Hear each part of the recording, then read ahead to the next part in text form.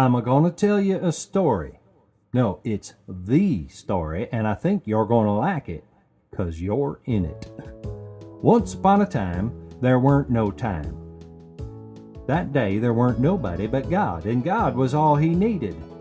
There weren't no sound, and there weren't no one to hear it. For that matter, there weren't no trees in the forest to fall down and make a sound. There weren't no stuff, and nothing to do with it if there was. Then there was everything: time, energy, matter, light, sun, moon, stars, earth, land, sea, sky, fish, birds, critters, bugs. All of it for no apparent reason. In fact, there was no earthly reason for any of it. Well, why would one little planet suddenly appear and develop all them forms of purposeless life? Sound kind of useless, don't it? Well, as I say, there weren't no earthly reason for any of it. But there was a heavenly reason. And that's the story I'm gonna tell you. The reason for it all was something only God knew at the time, but once there was time to know it.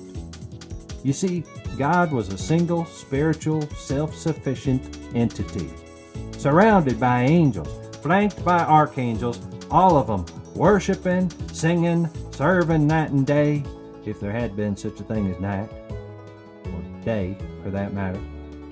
But was it loneliness? Nah, God is self-sufficient. He got no needs. No, it weren't loneliness. It was love. He was doing all this work to make himself a bride. And that's where you and me come into the picture. Now, don't get me wrong here. You ain't the bride of Christ. And I ain't the bride neither. But we is the bride. All them what he made in his image, bought, saved, sanctified, grieved over, and all. We is his bride. Wow. Alright, so God creates all there is. Then he makes a man and a woman, puts them smack in the middle of it, tells them to be fruitful and multiply. That's his way of telling them to have fun and have babies. Fill the earth and rule over it. Get you some godly offspring. Walk with me and obey what I tells you. Sounds simple enough, don't it? The Lord gives them one command. All they got to do is obey that one. Don't you eat from this one tree, God says. Which tree is that? Says Adam. That one yonder smack in the middle of the garden here. That one right there? That's right. Don't eat from it. Don't touch it. Or so help me, you are gonna die.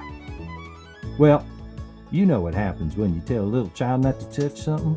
It's the shortest way to guarantee that you just identified the very thing he's gonna do. Children have this way of hearing all but the first words of commands from their parents. Don't spill your milk.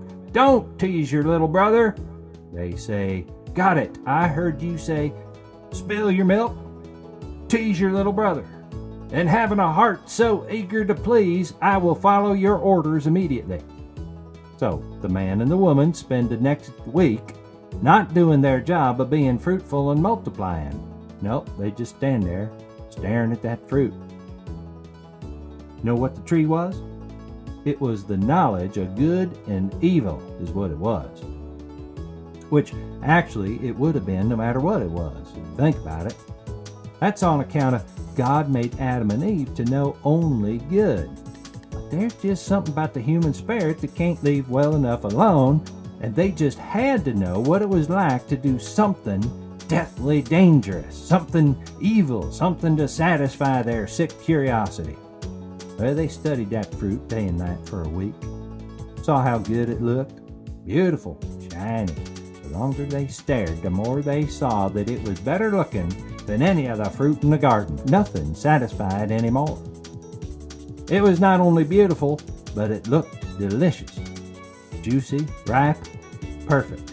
Man, just one bite would tell them if the rest of the fruit, nice as it was bland compared to this fruit. It was not only beautiful and delicious, but if they ate it, it would let them know both good and evil. Their curiosity would be satisfied, right? They'd know what evil was, and then they could avoid it for the rest of their lives, which were slated to last, let's see, approximately forever. Then some low-down snake come along and convince them that God knows about good and evil, and that if they ate it, they'd be like God. Well, if God wants godly offspring, what about becoming gods themselves? All knowing good and evil. No more having to wonder what it's like to take a ride on the wild side. Of course, they can't take it no more, and you know what happens. Shame and guilt, sweat and toil, pain and death. Now you might wonder, why did the Father bother? If he just knew they were gonna sin like that, why make a whole universe, prepare a whole planet just for an experiment that God knew was gonna fail? Well, I guess you could say that he was hungry to have him a bride. He had a plan B in mind that was the most romantic act ever. But I'm getting ahead of myself.